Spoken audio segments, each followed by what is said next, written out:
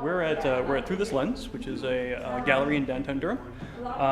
We're here because I've got about a dozen of my photographs from Charlottesville, Virginia, on display here, and I am nervous as heck. This is scarier than taking pictures of Nazis. My name is Daniel Hosterman. I'm a documentary photographer.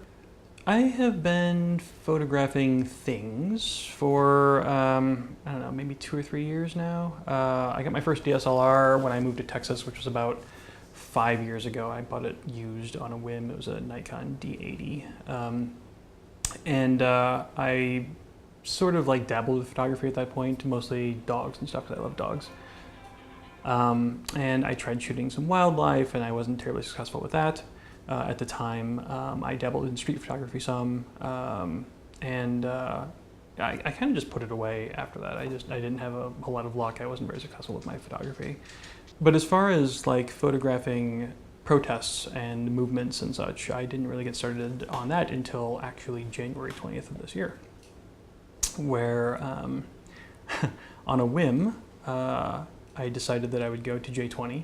So J20 was the protest for the inauguration of Donald Trump as president. And I had no idea what was going to happen. I had no idea who Workers' World was at the time. I was basically completely apolitical at that time. But I thought it would be interesting photographically, maybe. And that has become sort of the focus of my current work is the conflict between militant anti-fascists and fascists. And you may have heard of the young man, DeAndre Ferris, who was beaten brutally in the... Yeah. This is one of the people who did that. What? But you can see, obviously, he's extremely happy to be a white supremacist, right? He's very happy to be a white supremacist. He has a baby face. He's very young. So when I went to Charlottesville, I went with my partner, McCausland, and I also went with my cousin, Alec Hosterman. And at one point, I got up to the top of a small stairway that was in their path, and right up front was where sort of the notables of the alt-right were. Jason Kessler was there, Richard Spencer was there. I turned around to take a photograph of Jason Kessler, who was walking up the stairs. It was like maybe as far away from him as I am from you. And as soon as I took it, and that photograph's actually up at Through This Lens too, so I'm like right there. As soon as I took it, Christopher Cantwell, who is now known as the Crying Nazi, he was part of their security detail, and he came up to me and he knocked my hat off my head and he pushed me and he got in my face and he started threatening me, and eventually they had to pull him away from me. I don't know why it feels like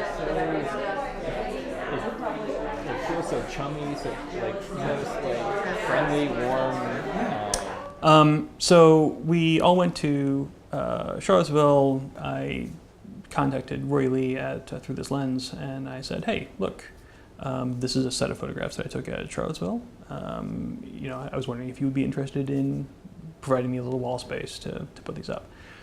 And he almost immediately came back and said, "Hey, look, I really enjoy your work. I'm not entirely sure that I want to put photographs of Nazis on my wall, but let me think about it.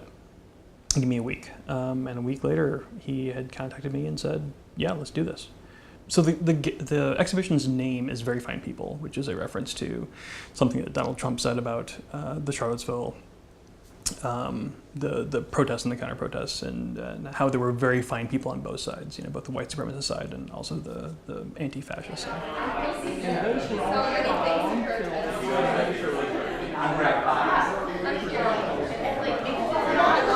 I have a weird relationship, I think, with these photographs. I feel like the issue of being paid for these photographs is a very complicated one. So I don't want to exploit the troubles that folks are experiencing, right, to make money. So I had a lot of complicated emotions about this gallery exhibition. And I basically came to the conclusion that I'm expending a lot of my resources here. I don't have an infinite amount. I've deferred the answer to this question until I actually make a profit, if that ever happens. And I don't know at that point what I will do. And there are people like here who have been arrested for discriminating to protect themselves. Yeah. So I tend to turn my camera away from these, which is why you'll see disproportionate. I wasn't there for the car actually, I didn't see the car or see the car hit them, but I did come in after, almost immediately after, and saw what was left, in the aftermath of that. When I rejoined my partners, I was a little shell-shocked. They asked me what happened, and I did my best to explain it to them.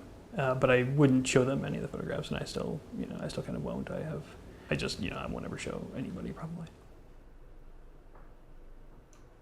I'm very sympathetic to a lot of the struggles that are occurring, and my way of interacting with them is by making photographs. And it's pretty regularly I'll think about it, and I'll think, would I be more effective by carrying a sign, right? Would I be more effective by linking arms with somebody or on a statue? Like, would I be more effective by putting my body in between, somebody and somebody else who wants to hurt them, as opposed to taking photographs of people who are there? And I don't know that I've figured out a good answer to that yet.